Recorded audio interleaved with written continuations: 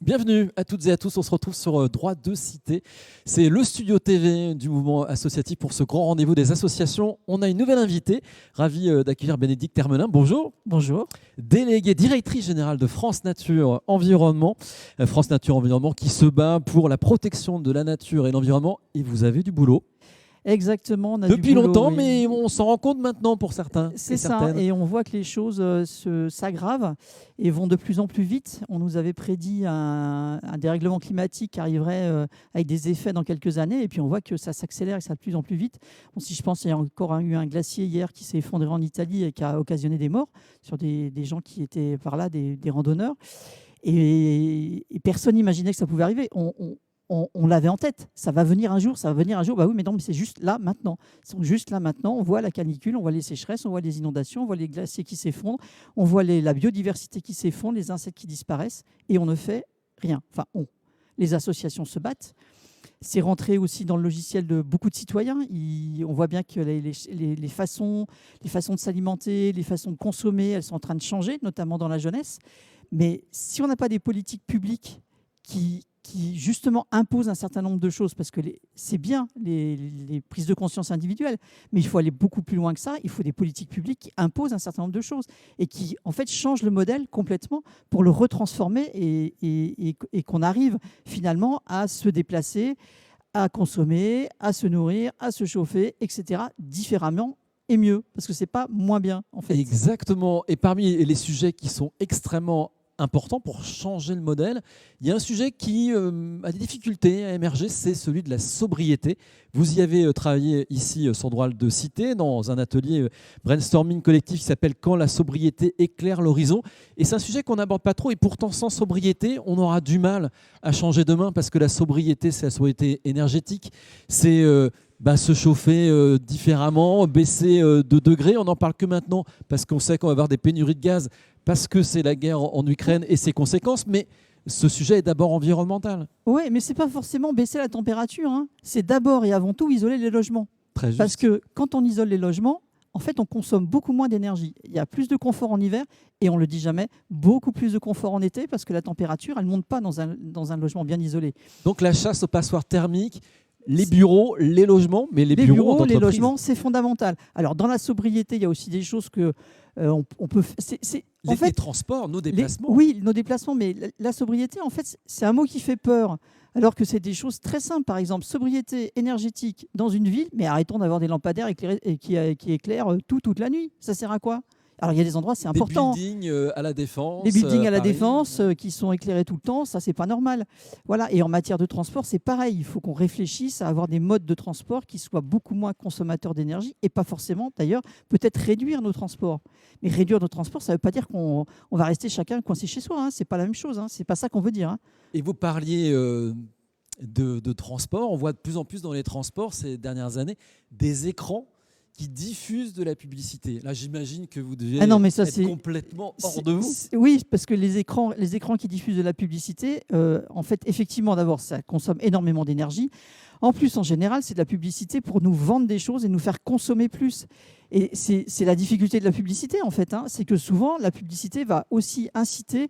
Elle n'est pas responsable. D'ailleurs, nous, France Nature Environnement, on était membre de l'Agence de régulation de la publicité, qui est un truc qui est censé faire la régulation par les pairs. On y est resté plusieurs années, on a fini par claquer la porte parce que ça ne marche pas. Parce que les entreprises, elles n'en veulent pas, en fait. Parce qu'elles veulent toujours continuer à faire consommer plus et plus. Voilà. Mais quelque part, c'est normal, puisque ce qu'elles veulent, c'est faire des profits. Et tant qu'on n'a pas changé de système et qu'on ne revient pas à un truc où on se dit le plus important, c'est la planète et la préservation des ressources de la planète, parce que si nous, on consomme toutes les ressources de la planète, en fait, la planète, elle s'en sortira. Mais l'espèce humaine, elle s'en sortira pas. Voilà. Et donc, il faut vraiment qu'on change complètement de logiciel et de façon de faire et de façon de consommer, et y compris de façon de travailler, et y compris dans nos associations. Et les associations de France Nature Environnement sont des lanceuses d'alerte depuis des décennies sur les territoires, parce que là, on parle de la grande cause collective mondiale, mais vous êtes présents au plus près des territoires, et partout, il y a des vrais sujets d'urgence écologique. Absolument, on est partout sur l'ensemble du territoire métropolitain et outre-mer. Et dans les choses, par exemple, on parlait de cette histoire de lampadaires ou de vitrines qui restent allumées toute la nuit. Et nous, on a régulièrement des des membres de nos associations sur le terrain qui vont faire des maraudes et puis qui vont dire bah là ça reste allumé, là ça reste allumé, là ça reste allumé. Alors d'abord vous n'avez pas le droit, mais aussi et surtout voir avec les gens comment ils font pour changer leur pratique. On a aussi développé une application qui s'appelle Sentinelle de la nature qui permet à tout un chacun, n'importe quel citoyen, vous êtes quelque part, vous voyez un tas de déchets qui n'a rien à faire là, vous voyez une pollution dans un cours d'eau, vous voyez des voitures qui se promènent ou des voitures ou des motos qui se promènent sur des endroits où elles n'ont pas le droit de le faire, c'est-à-dire elles ont le droit de le faire sur la voirie, mais hors voirie, c'est interdit. Voilà, on n'a pas le droit de faire du cross dans la nature. Et ben voilà, ça détruit la nature. Donc tout ça, vous pouvez faire des signalements. Et ça permet, nous, ensuite, à nos associations derrière, d'aider les citoyens pour aller justement... Alors, l'idée, ce n'est pas de stigmatiser, de culpabiliser. L'idée, c'est de dire, on va ensuite aller voir comment est-ce qu'on peut remédier à ce problème. Alors, soit c'est le maire de la commune quand il s'agit de déchets, parce que c'est le maire qui est responsable, soit c'est aller voir et aller travailler avec des associations de sportifs, par exemple, pour leur dire, attention, vous êtes des usagers de la nature, donc protégez aussi la nature. Parce que si vous la détruisez en passant, après, il n'y aura plus rien. Donc, faisons tous attention à la nature. La nature, c'est notre bien commun, en fait. Alors, ce qui est très intéressant, c'est que dans le cas de droit de cité, ces sujets, évidemment, vous en avez parlé, mais vous avez souhaité tous collectivement vous les approprier, puisque ce sujet de la sobriété dont on parlait à l'instant, cette sobriété, ça doit être aussi une sobriété dans les habitudes de tout à chacun et chacune, dans nos associations. C'est des nouvelles méthodes à mettre en place?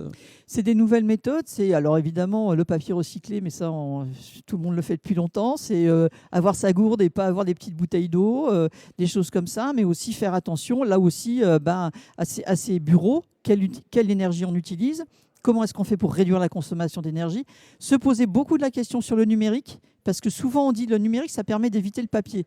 Oui, certes, sauf que le numérique, ça aussi beaucoup de consommation d'électricité, tout le monde le sait, d'énergie, puisque toutes nos données sont stockées dans des immenses data centers qui fonctionnent avec de l'énergie, parce qu'en plus, il faut climatiser pour que la température soit des températures qui permettent de faire fonctionner ces fameuses grosses machines. Donc, on a tous des questions à se poser sur ces enjeux-là. Hein. Et le numérique n'est pas forcément toujours la meilleure des solutions pour éviter de polluer et pour éviter de consommer des ressources. Et vous avez raison, ces data centers produisent de la chaleur, de l'énergie fatale, donc qui s'évapore, dont on ne fait rien. Exactement. On pourrait chauffer des piscines, on pourrait faire beaucoup de choses. Oui, et puis ça bétonne aussi, hein. Voilà, les data centers, hein, par définition. Donc, il y a toute cette question-là derrière aussi de notre empreinte et de la bétonisation et de l'artificialisation des sols, parce que qui, en fait, ont des impacts très forts aussi en matière d'inondation et comment est-ce qu'on fait pour qu'on ait des nappes phréatiques qui se regonflent régulièrement, et c'est pour éviter les inondations et pour éviter les sécheresses après, il faut arrêter de bétonner les sols. Et on a des gros enjeux là-dessus. Réintroduire des arbres, remembrer là où on a démembré. Replanter des haies là où on a détruit des haies, bien sûr, mais aussi se dire que peut-être il y a des parkings ou des cours d'école qu'on va peut-être arrêter de les bétonner. Et d'ailleurs, c'est bien parce qu'on voit revenir aussi ce mouvement-là. Hein. La végétalisation des cours d'école, très important, les îlots de fraîcheur, et puis aussi le fait que les enfants réapprennent à jouer dehors sur une terre battue, en fait, et pas forcément sur du béton ou sur du goudron. C'est plus sympa pour jouer aux billes. Enfin, on joue plus aux billes aujourd'hui. Je ne sais pas si c'est mieux pour jouer aux billes, mais voilà, c'est plus sympa pour faire un certain nombre d'autres choses. Voilà. Merci beaucoup, Bénédicte Hermelin, donc directrice générale de France Nature Environnement. Merci beaucoup.